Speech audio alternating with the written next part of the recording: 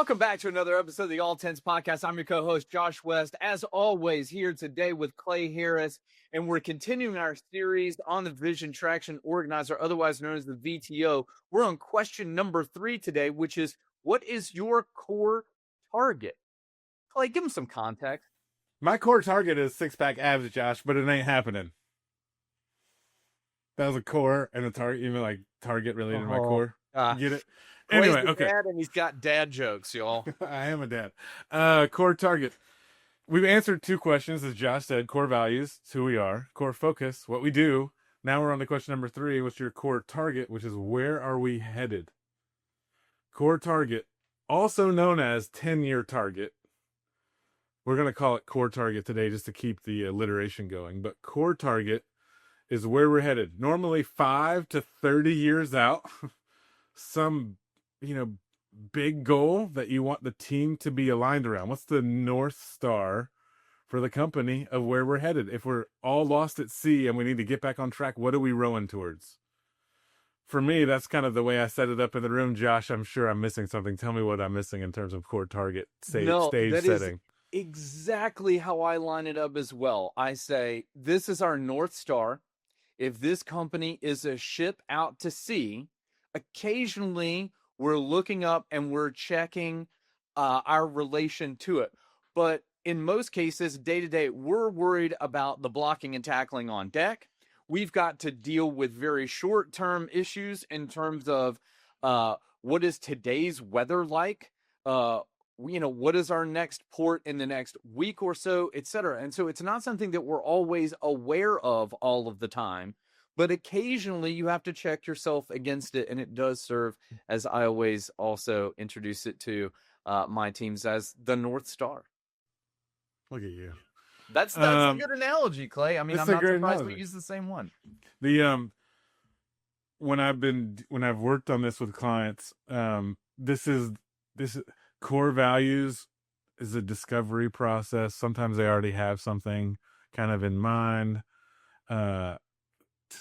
It's not hard, but you got to do some work to get core values answered.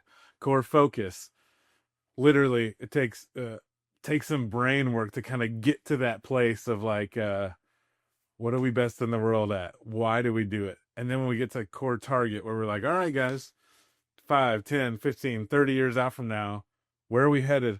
This is when I start to see, like, when I start to feel like that buzz of like, oh, we're going to accomplish something here, right? Like, we're actually going to like make a dent in the world. And that's pretty fun. Josh, for the teams that you've worked with, a lot of mine go quantitative on when they're setting their like kind of core target. Give me a couple minutes on quantitative, qualitative. Where's your head at? I think that most of my teams also tend toward the quant side, certainly something that's measurable. And also just in the way that we set the context for it, it's something that is huge, should be scary. You can't immediately even fathom how you're going to get there.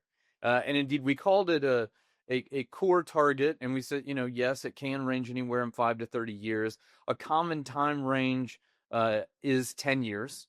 So, it's not, next quarter's rock. So it does tend to be something where it is just that really big number.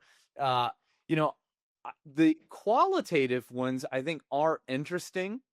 Certainly, if your team can find their way to one of those, I think the one that always sticks out in my mind that's qualitative is Coca-Cola wanted everyone to be within like arm's reach of a Coca-Cola worldwide or something like that. It's like, wow, that's a really interesting way of defining market penetration to a very extreme level. I will say that the one that I just personally don't like is when it's a revenue number. And, I like more of that feeling and associating it more closely with your core focus and aligning it there with what you do and finding a way to quantify that and that true impact on the world. Because the revenue doesn't mean the same thing to everyone throughout the organization. If we're just gonna call it what it is, right?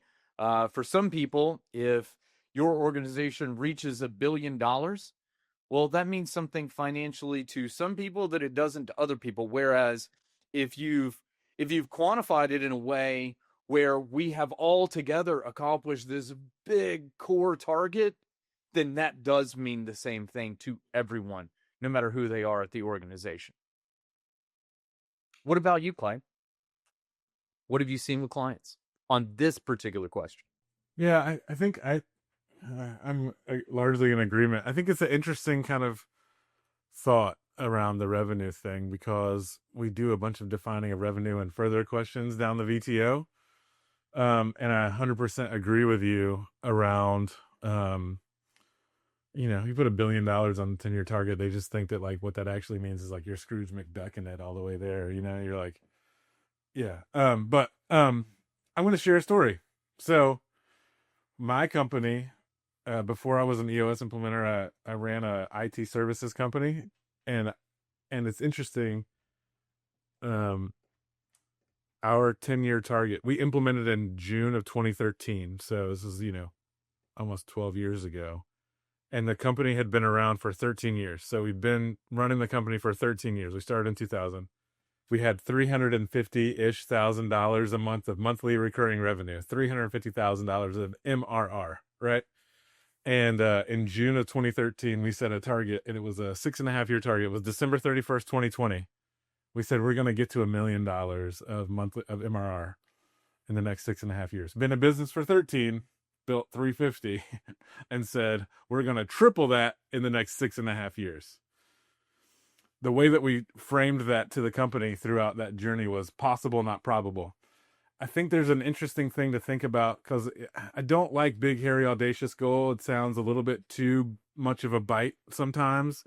I encourage clients to think about possible, not probable. It's the same thing with core values. If it's so aspirational that it's not going to land, they're just going to think you're full of it. You actually have to come up with a number or a goal, your core target that is possible, maybe not probable, right? And so, anyway, the power of focus here. December 31st, 2020, 6.5 years later, guess where we got to MRR? 1,020,000, my friend. We made it. Yeah. It was like last minute, but we did it. And there's 100% credited to the company being aligned around driving MRR. And it's not necessarily a revenue number. It's pretty specific to the business, but we actually did ultimately decide that was a little bit too meaningless. And the new 10-year target for that company is around number of people supported, right? Like how many people are we taking care of? And that's a little bit more meaningful to folks throughout the organization. But anyway, real life story for you when it comes to core target. A true experience share. True experience share. Yeah, 10-year target kind of changed the trajectory of the company. So that's pretty cool. What nuggets do we have to wrap up with here, Josh, on core target? I've mentioned several aspects of this. Certainly, it's your company. You can make it a revenue target if you like. My recommendation always is to steer away from that and go back to that core focus, specifically the purpose, cause, or passion, and then say, okay, again, it can be qualitative, but can you quantify a very large goal associated with your purpose, cause, or passion to really ignite and motivate the entire organization around this big goal that, as you say, is possible but not necessarily probable. And I think that makes for a great core target. What about you, Clay? That was it, man. Possible, not probable is my alternative to BHAG, and I like it better. And agreed. But you can do whatever you want. So that's my nugget. Possible, not probable as the framing for the core target, and then go out there and do it. Nothing to it but to do it, my friend. Let's go. I'm gonna wrap up. Is that cool with you? Do it, Clay. Take them home. I want to thank everybody for listening. We're so happy that you joined us today on the All Tens podcast. We have answered the first 3 questions of the VTO: core values, core focus, core target. If you didn't catch those episodes, they're there. Just go find them. And in the next 5 episodes, we're answering the rest of the questions on the VTO. did I say answering? We're answering the rest of the questions on the VTO. We And we'd love for you to join us. Like, share, rate, do all the things you do with the podcast. Especially if anyone in your circle is curious about what EOS could do for their business, we'd love for you to share this podcast, and we'd love for them to learn a little bit more by listening. Thanks so much for joining us. We'll see you next time. Good job by you, Joshy. Bye, Clay.